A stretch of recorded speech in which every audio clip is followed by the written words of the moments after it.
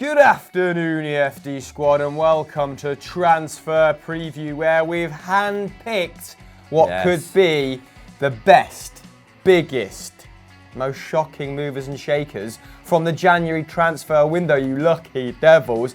McCubbin, how are you feeling? Feeling fresh? I'm feeling pretty fresh, all things considered. So we had our FD/work Christmas party last night. It was good fun. Very sticky dance floor though. Very sticky dance floor, good tunes.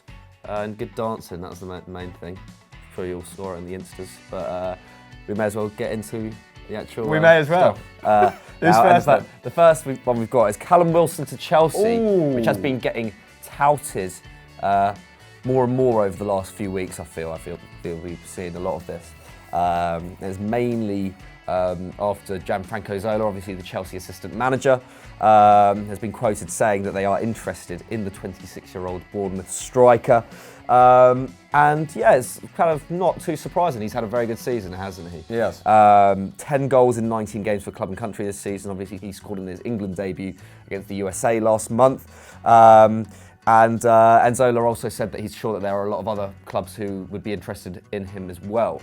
Yeah, probably the top performing English striker, bar Harry Kane this season. I'm not sure, don't quote me on that, but I feel like he must be. Pretty sound statement to me. And yeah, you know, consistent English strikers are always very, hot property, aren't they, in the Premier League? But I digress. Money. Exactly.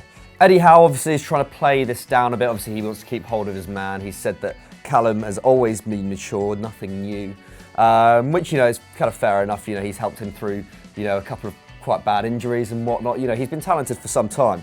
But nevertheless, Chelsea arguably are in need of a striker. I mean, personally, I think, you know, Giroud, good option. Morata, you know, a good player, but, you know, it's just not working out for him, is it? Like, is he a title-winning striker? We're still yet to. Not, you know, hasn't really. Not been, the evidence hasn't been there thus far. He obviously picked up an injury in the Europa League last week as well, which meant that he missed last night's win against Bournemouth in the League Cup, which Callum Wilson did actually feature in. So yeah, do you think Wilson would be a good fit for the Bridge? Because I'm not totally convinced. I'm not sure, to be honest, mate. If I'm Callum Wilson at the moment, I probably value the minutes I'm getting at Bournemouth over the rotation that's happening at Chelsea. Callum Wilson, somewhat of a late bloomer, I guess, and he is getting exponentially better. And for that upward trend to continue, I think he needs to be playing week in, week out, which Chelsea couldn't guarantee. But we've seen players take that risk before, haven't we? You know, from clubs of that size, unable to resist the siren call of Chelsea. I'm thinking Steve Sidwell, the Ginger Iniesta. But anyway, let's get on to the genesis, you know, of Callum Wilson as a Premier League player, because his story is remarkable. He was on Coventry's books until 2014 and spent 2 seasons in the conference between 2010 and 12 at Kettering Town, here my ends, and Tamworth. He joined Bournemouth when they were in the Championship, scored 20 and assisted 7 in his first season as Bournemouth finished champions, and in his first 3 years in the Premier League subsequently got 5, 6 and 8 goals. And like I said, clearly improving. His shot numbers are creeping up every single year. So they've gone from 1.3 to 1.6 and then to 1.9, and now he's taking 2.3 shots per game. Decent. His key passes have also gone from 0.5 to 1.3, so he's becoming somewhat of a creator as well. And obviously helps when you forge a really good relationship with, you know, your strike partner. His in the form of Josh King, got Ryan Fraser down the left. So in a good setup at the moment. He's got players around him that are helping him supercharge those numbers. He's also taking shots in good areas, and I guess this is what Eddie Howe was alluding to when he said he's always been a mature player. So 2.1 of his 2.3 shots actually come from inside the box.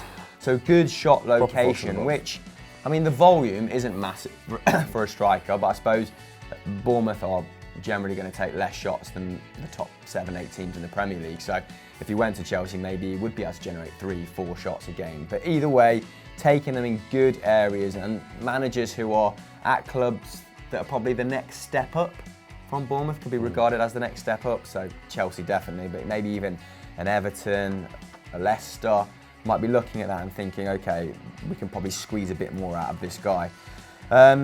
So that 2.1 shots from inside the area is actually only bettered by Aguero, Benteke, who's obviously a statistical anomaly, who takes shots from good areas but still can't score whatsoever, and Mitrovic are taking more in the Premier League. And like I said, those efforts are effective too. His expected goals are around 0.5 per 90 at the moment. So that's not far off of Aubameyang's, which is 0.6, and marginally better than Lukaku's, which is 0.47. Actually better than I expected from Lukaku. So maybe, people shouldn't be giving him as much grief as they are. His creativity shouldn't really be sniffed at either. I think he's averaging an assist every 4 games at the moment, which is better than the likes of Firmino. So, probably could be getting more with 1.3 key passes a game, to be frank. And it might be a good time to get him his CIES valuation, which is what we use as well as Transfermarkt, and the valuations do differ wildly. It's gone up from 7.9 mil to 30 million. So, yeah, decent. That's probably what I'd value it at that. Yeah, that 30 mil, I think if you're Chelsea and you get him for 30 mil, that's business well done. I think Bournemouth could probably squeeze a little bit more out of them. And Bournemouth have got him locked down until 2022, so a strong position to negotiate from. Yes. Do you think he would prosper at Chelsea, guys? Let us know in the poll just above. Next transfer. Our next potential transfer is Cengiz of Roma to Arsenal. I quite like this one. What do you make of it, Chris? Yeah, we got it from Tutto Mercato Web, who claim that Arsenal have lodged an official £29 million bid for the right winger, which the Giallo Rossi have scrapped. They've rejected it off the bat. Now, he had a pretty exceptional breakthrough season at Roma in 17-18, his first since joining from Istanbul Başakşehir, scoring 8 and assisting 2 in 31 appearances. Only 18 of those were starts in all competitions. So this year he's picked up pretty much where he left off. So he had 5 goals and 4 assists at the time of writing in 20 appearances. And according to the article, Roma, want to cash in on these promising numbers. They're looking for closer to 50 million euros for the right winger. Pretty reluctant to sell him halfway through the season as well. They've had a difficult start to life in the Serie A. Eusebio Di Francesco's men, haven't they? 3 points off Champions League spots already. And we know that the top of the Serie A, the top echelons, those top 4 positions are harder to secure than ever at the moment, with the likes of Atalanta and Lazio really competing for Champions League football. And without Edin Dzeko, who has been out since the 27th of November, he's already missed 5 games. They can't really afford to lose under, especially for £29 million, because who are they going to bring in with that? Although, maybe Monchi could go out and find 6 more diamonds. But he's contributed to the 3rd most amount of goals this season after El Shaarawy and Kolarov. Given that he's only averaging 1.9 shots, 5 goals, not a bad return, because that's not a monstrous output. It's okay for a right winger, I guess. 1.4 key passes, though, pretty impressive. So I imagine his assists are going to run along smoothly there. 1.1 dribbles as well, so a few tools in his arsenal. Do you think that Arsenal need him? Well, I think he would be good at Arsenal. But obviously they have some more immediate areas to cover first. Obviously their defence has been a mishmash. Probably the kind of one downside of Unai Emery's reign so far is that the defence has been a bit chaotic. Yep. Probably better now than it was, but obviously injuries as well. I think that is probably the area they have to address first. But having said that, they are in need of wide talent, I'd say. Obviously, they've got a good forward line. They've got good options there. Aubameyang, Lacazette, Iwobi, Mkhitaryan, Ozil. But none of them are wide players. And I'd argue that only really Iwobi and Lacazette, for me, are effective when played on the left or right. Okay. Having said that, obviously Arsenal were before quite reluctant to even do any activity in January, but since the Welbeck injury, head of football Raul Sanllehi has said that he's altered his perception apparently. Okay. So we probably will expect to see Arsenal make at least one transfer in January, and considering that it's the Welbeck injury that has prompted this, it would maybe be an attacker, which is interesting because clearly defence is what needs the most work, like I was saying. And Arsenal have been great in front of goal this season. I think only Man City have scored more than their 37 goals in the league. So, yeah, pretty amazing. And they've also been very efficient, taking 13.1 shots a game, which is the 7th most in the league, and only 4.8 on target. So that would suggest that maybe they aren't creating quite as much as they should be, and maybe they are overperforming slightly. I think only Ozil and Kolasinac are averaging more than Under's 1.4 chances per game this season. Kolasinac from the left wing back position. Decent. And Kolasinac, he's only really just come in, hasn't he? So since switching to a back three, they've looked a lot better since switching to a back three. Yeah, for sure. But so yeah, I think just like I was saying before, like I think he would probably be quite a good option for Arsenal, but whether if they can get him for 29 mil, great, but they're not going to. And is he worth 50 mil at this point?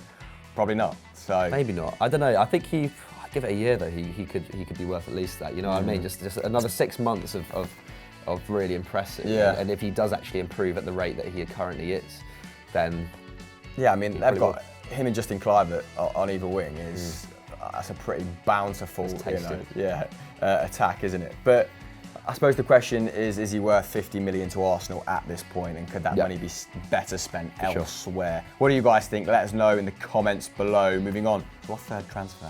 Just before we move on to our transfer shocker, then we've got one more transfer for you from the continent, and apparently Barcelona are sniffing around Andreas Christensen. Interesting. Like James Wayne sniffing around the dance floor. Yeah, indeed. That is what he was doing. But yeah, Barca in the market for a centre-back. Samuel Ntisi out with a nasty knee injury, which has kept him out for 6 games already. Vermaelen went off against Levante after 52 minutes, and that has been confirmed, I believe, as a torn calf. Oh yeah? Which, not... We're not smiling because, we enjoy that injury, just because it's quite intimate eye contact, isn't it, when you're this far apart.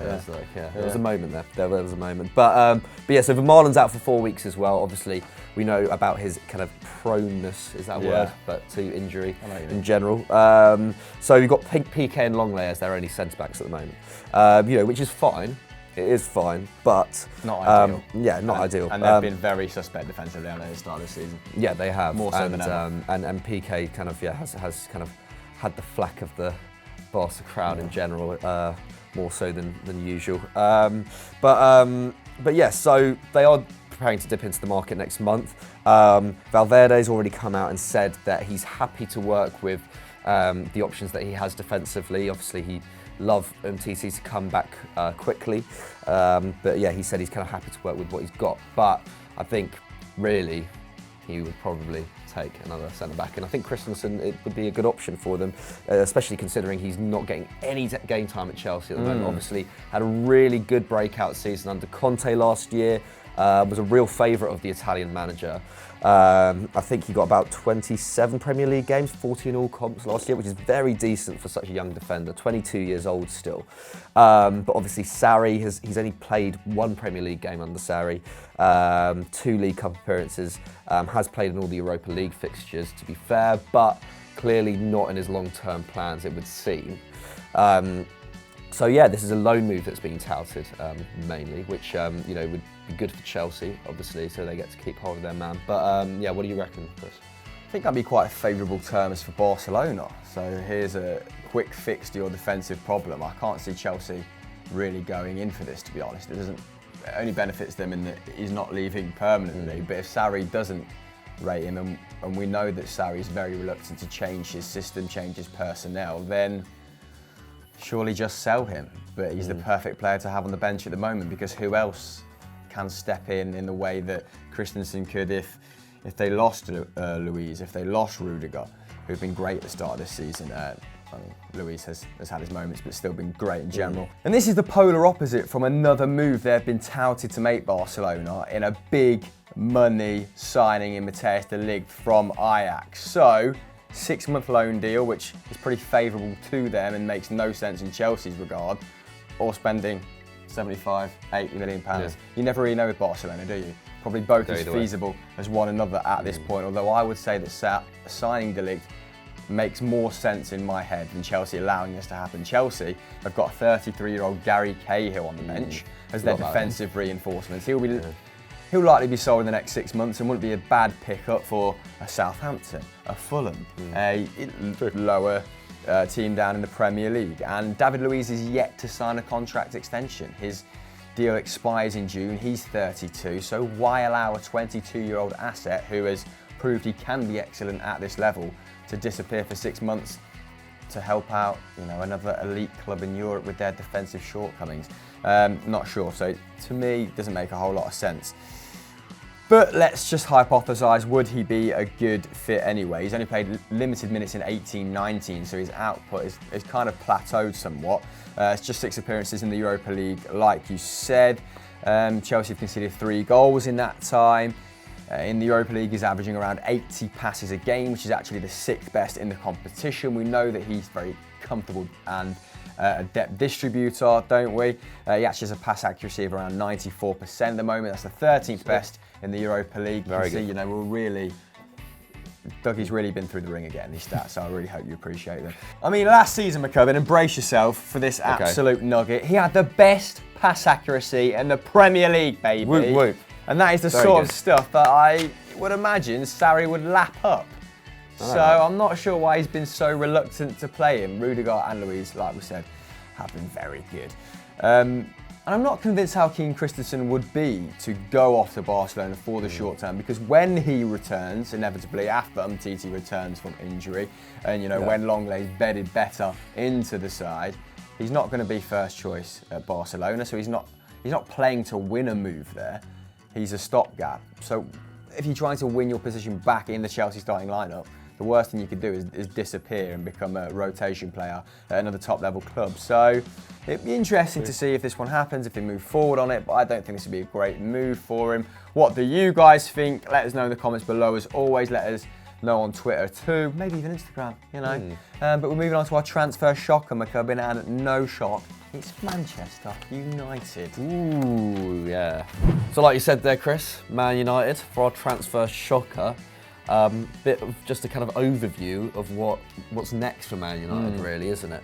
What do they need to do in the transfer market in order to kind of right the wrongs of the Mourinho era? And Sky Sports News are claiming that they, along with Spurs and Man City, are tracking Tanguy Ndombele, obviously the Lyon midfielder, a very, very talented lad. But they also claim that the 21-year-old would prefer to stay for the rest of the campaign in Lyon and help the side go as far as they can in Champions League and help them finish in the top 4. Obviously, PSG already running away with it, as usual. But he would be a very good option. Obviously, he's been excellent this term, 22 appearances, 2 goals, 4 assists from that quite deep lying role. Excelled in the Champions League, 3 tackles and interceptions, 1.3 shots, 1 key pass, 2.5 dribbles a game. Nice. Kind of similar to Frankie de Jong, just seems to have kind of everything kind of sorted. Really kind of, just really see complete player, Yeah, you can just see why he's kind of under the spotlight for so many top clubs. Solid passer too as well, 89% pass accuracy in the league. Successful with 81% of his long balls as well, which is very impressive. So yeah, lovely stats, we can all agree. He's currently valued at 67.2 million euros by CIES, but I would say that they have to fork out more than that, just considering how young he is, how much potential there are. Yeah. Showed with Fekir as well. They will sort of take you for all your worth. They're literally the most, they're the hardest negotiators in world football, aren't they? Pretty much. And I think I'd probably be inclined to agree with this, considering United can't even get anywhere near the best out of a £50 million Fred. I think this would maybe not be the most sensible move for them right now. I think maybe in the summer, maybe next year, for sure. But I think there's so many, we don't even know how our midfield really operates right now. I don't think throwing some talented youngster in there necessarily solves that. It probably just makes the problem worse. To be honest, I don't fancy bigger issues to address in regards to system. I mean, United aren't going to move.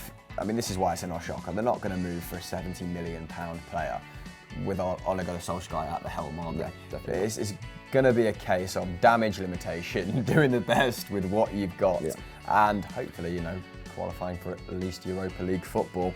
Another rumour that we threw in here, and this is quite transfer shocker by nature, is It's come from De Laurentiis, so the chairman of Napoli recently, a statement wherein he confirmed Manchester United bid £95 million for Kalidou Koulibaly. Wow. When Jose Mourinho was at the helm, and they rejected it. 27-year-old Kalidou Koulibaly, he is that important to the Napoli side, but think what a good manager could do with £100 million. You could future-proof your side with that. I mean, they already made some very decent signings, didn't they? Like Ruiz for around £30 million in the window prior, but £95 million.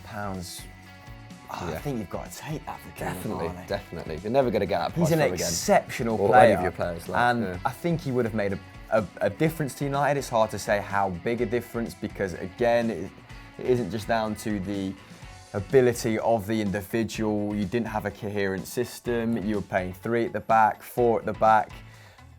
Does Koulibaly fix that by himself? I'm not entirely sure. I mean, it's a huge upgrade on who you've got there at the moment. But saying that, I mean, Lindelof came into the side. He actually played really well, I thought, towards the end of Mourinho's tenure. He was actually starting to look like a £40 million player. There's very little doubt that Koulibaly, like I said, would fit in exceptionally well. He's averaging 4.5 tackles, interceptions in the Champions League. Like Christensen, pass master from the back, an absolute metronome. His pass accuracy never really below 90%, it would seem. And he completes around 5.1 long balls a game, so he's got that Bonucci-esque distribution, that distribution you were going for when you moved for Alderweireld, because you were finding it very hard to build from the back, weren't you? It was a case of ball goes to Valencia either runs down the line with it or pings it into the channel for Lukaku to hopefully pick up on. Not great.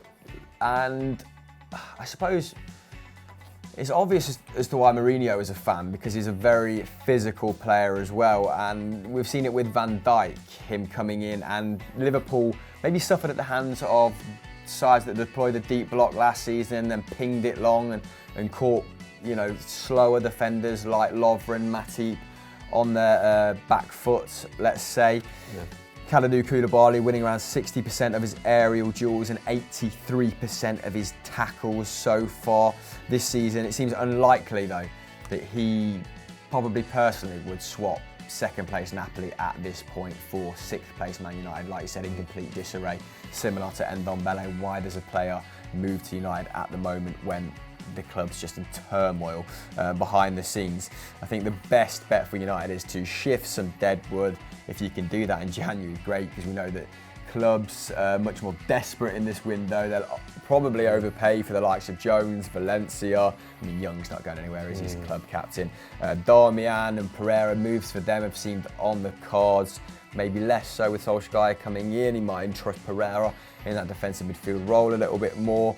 And one player we've touted for United is Aaron Wan-Bissaka. We go into great depth on that on the podcast, so maybe if you want to hear more about how that move would fare, go and check that out.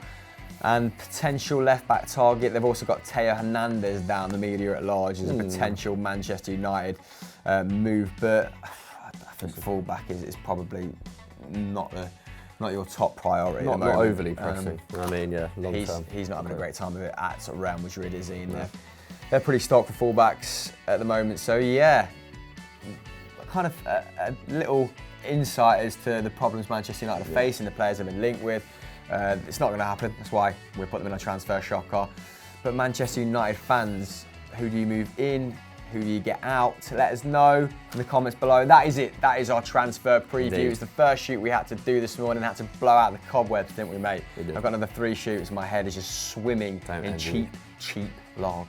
What else Lovely. is on FDFC that people can check out next? Non-league vlogs? Well, yeah, non-league vlogs, the latest one, the biggest one yet, Salford City FC. We went up there, first time out of the south, and it was great. Zach came up with us, had a lovely time. Really good beer, really we good took burgers. Zach to Manchester for the first time, and we were just on the train up there, and he was just like, I've never been this north before. In Britain, it's just like, as it just desaturated, you know, when you get to Manchester, and it's just like someone's taken 20% of the colour out of Everyone's life. got a well end as well up there. Lovely Crazy. people though. Yeah. You know, So go and check that out. go visit Manchester if you enjoyed this video. Bye. See you later.